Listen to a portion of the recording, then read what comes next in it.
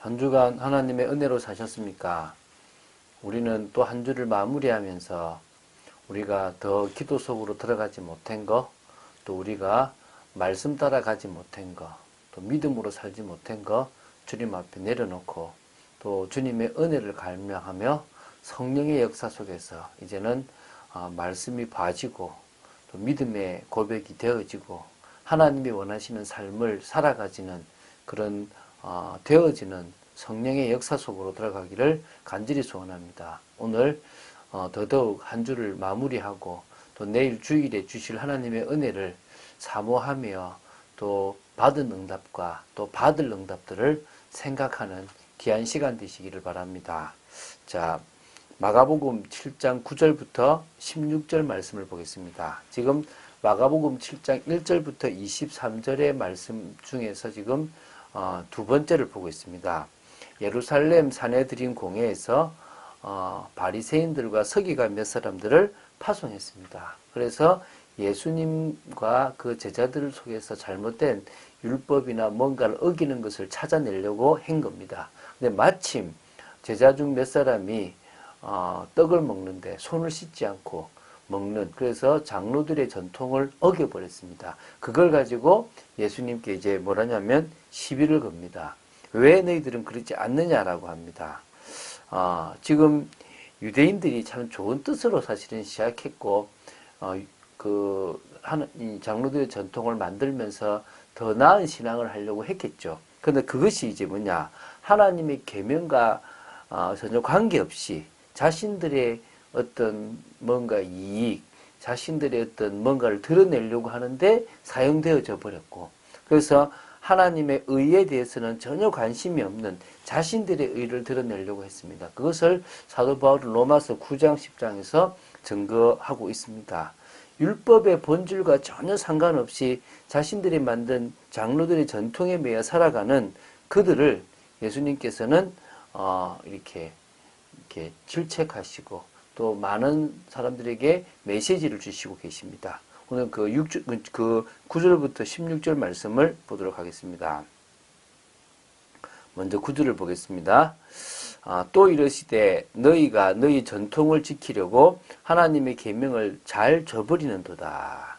지금 여기서 너희라는 것은 유대교의, 그러니까 유대교라고 하죠, 그죠? 다시 말하면 하나님을 믿는 그들, 율법을 지킨다고 하는 그들 중에서 특히 바리새인들과 서기관들, 사내들인 공회의 어떤 유대 종교 지도자들, 대부분 자기들이 잘 믿는다고 생각되는 그 사람들이 장로들의 전통을 자신들의 어떤 그러니까 전유물로 딱 삼고 자신들의 입지를 높이기 위하여 하나님의 말씀, 그 계명까지도 다 폐하고 그 자리에 자신들의 전통, 그 유전들을 탁 이렇게 세우는 그런 악행을 저질렀습니다.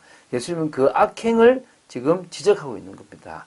너희들은 그 전통, 그 아무것도 아닌 전통을 지키려고 하다가 하나님의 계명을 잘 저버린다라는 거죠. 이거 예를 듭니다. 자, 이제 지금 10절부터 13절 말씀을 제가 읽고 이 예가 어떤 건지 보겠습니다. 모세는 내 부모를 공경하라 하고 또 아버지나 어머니를 모욕하는 자는 죽임을 당하리라 하였거늘 너희는 이르되 사람이 아버지에게나 어머니에게나 말하기를 내가 드려 유익하게 될 것이 고르반 곧 하나님께 드림이 되었다고 하기만 하면 그만이라고 하고 자기 아버지나 어머니에게 다시 아무것도 하여 드리기를 허락하지 아니하여 너희에게 전한 전통으로 하나님의 말씀을 폐하며 또 이 같은 일을 많이 행하느니라 하시고. 자, 좀 이해가 되시죠? 지금 그 9절에 있는 걸 풀고 있습니다. 다시 말하면 전통을 지키려고, 장로들이 그 전통을 지키려고 하나님의 계명을 잘 저버린다는 내용들을 지금 풀어가는데요. 자, 지금 특히 지금 10절, 11절에 이런 그 부분이 바로 특별한 예인데요. 그 예를 이제 지금 제가 보면요. 이제 그 10절에 내 부모를 공경하라는 것과 내 아버지나 어머니를 모욕하는 자는 죽임을 당한다. 그러니까 저주하는 자는 죽임을 당한다라는 요 두 개인데요. 내 부모를 공경하라라는 것은 출애굽기 20장 12절 또는 신명기 5장 16절에 나옵니다.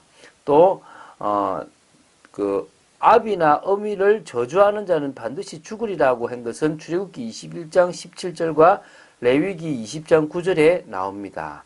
그러면 자 보십시오. 자, 이 말씀대로 한다면 이들은 지금 부모를 공경해야 됩니다.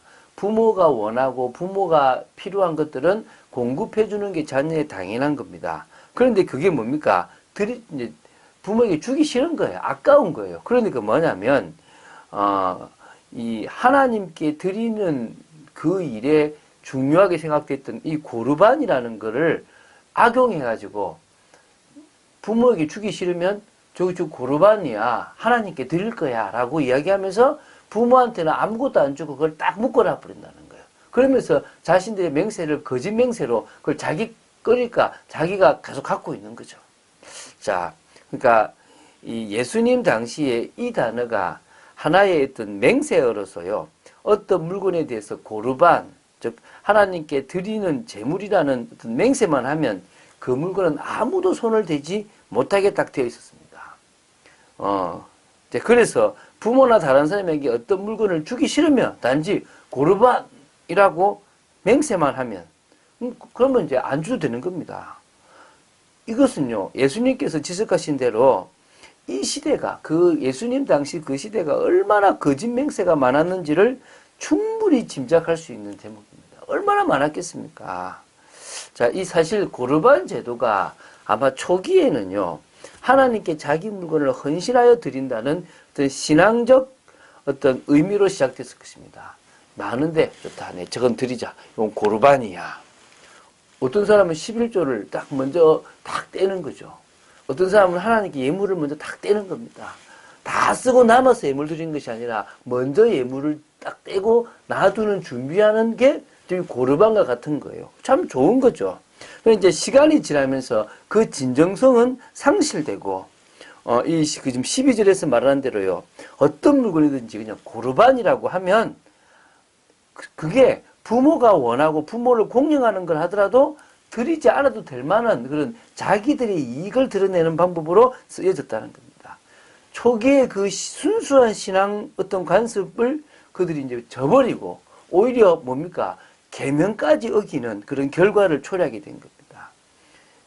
그런데 지금 이 예수님께서 바리새인들과 서기관들의 외식을 책명하는 이런 자리에서 이런 말씀을 주고 계신다는 것에 좀 주목할 게 있는데요.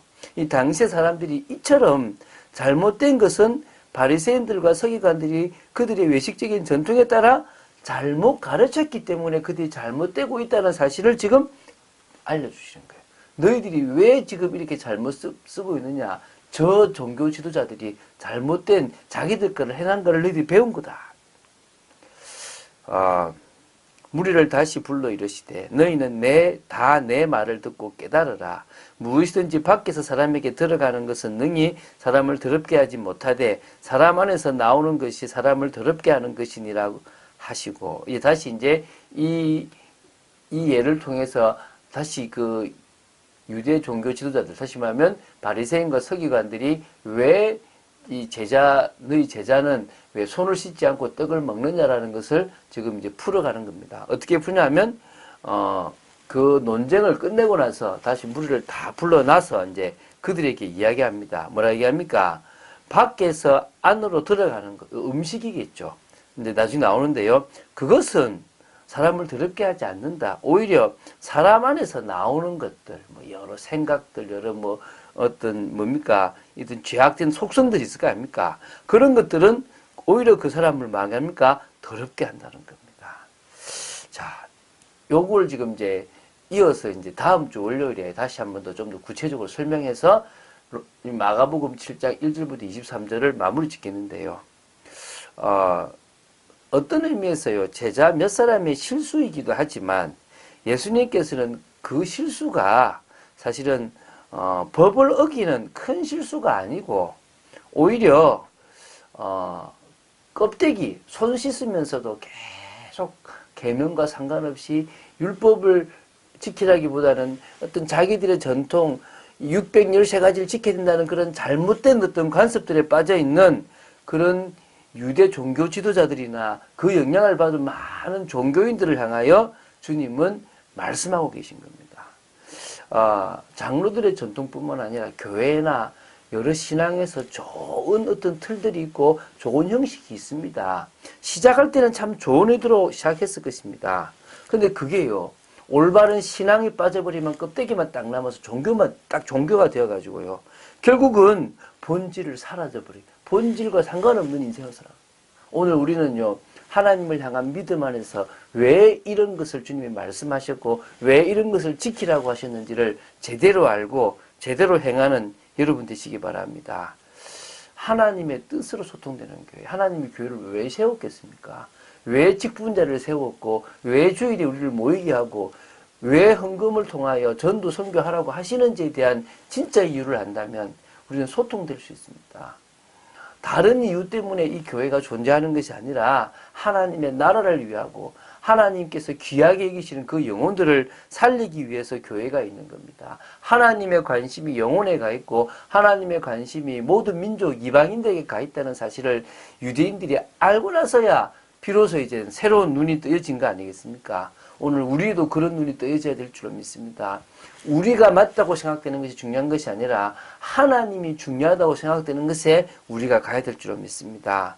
정말 우리가 이 시대에도 에베네셀, 그걸 통하여 미스바 운동을 일으키고 그걸 통하여 복음을 회복했던 그 이스라엘 백성들처럼 오늘 이 시대에 언약을 통하여 정말 복음을 회복하고 또 하나님의 능력을 드러내며 정말 하나님 나라를 이루는 축복을 누려야 될 줄로 믿습니다. 그런 응답의 자리로 들어간 여러분 되시기를 주 예수 그리스도 이름으로 축원드립니다. 주는 그리스도시요 살아계신 하나님의 아들이심을 고백합니다. 저희들도 종종 형식에 매여 가장 중요한 말씀의 본질을 놓칠 때가 많음을 고백합니다. 아버지 하나님, 저희들 속에 잘못된 형식에 치우쳐 있는 것들을 발견케 하여 주시고 치유되게 하여 주시고 온전한 믿음의 사람으로 저희들을 세워주시고 하나님 나라를 이루고 영혼을 살리는 참된 교회 축복을 누리게 하여 주시고 내일 은혜 받는 귀한 시간 되게 하여 주시옵소서. 주 예수 그리스도 이름으로 기도드립니다. 아멘.